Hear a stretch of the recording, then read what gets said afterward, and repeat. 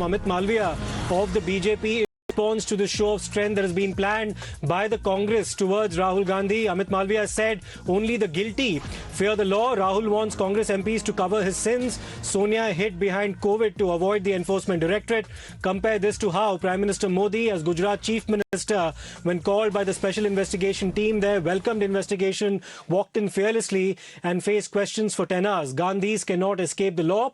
This is the reaction that's come in from the Bharatiya Janata Party. Let me in fact take this across to Madhav Das Gopalakrishnan as well as Neha. Madhav, coming to you first. Now this of course brings back memories, Madhav, of when the former Prime Minister of India, Mr. Manmohan Singh, had also been summoned by the CBI in relation to the coal scam. The Congress had organized then a similar show of support in the national capital. We're seeing that now being repeated with Rahul Gandhi with respect to the National Herald Case.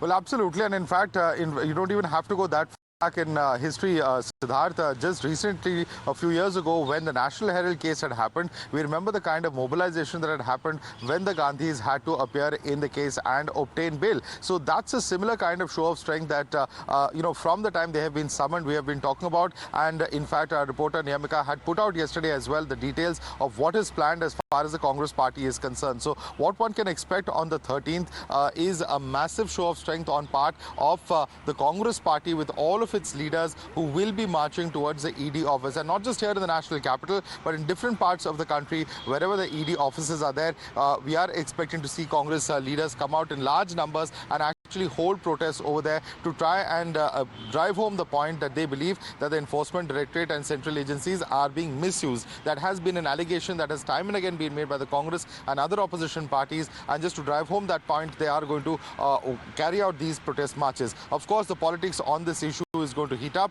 because clearly you have Amit Malviya of the BJP coming out and saying that why does Rahul Gandhi have to hide behind this?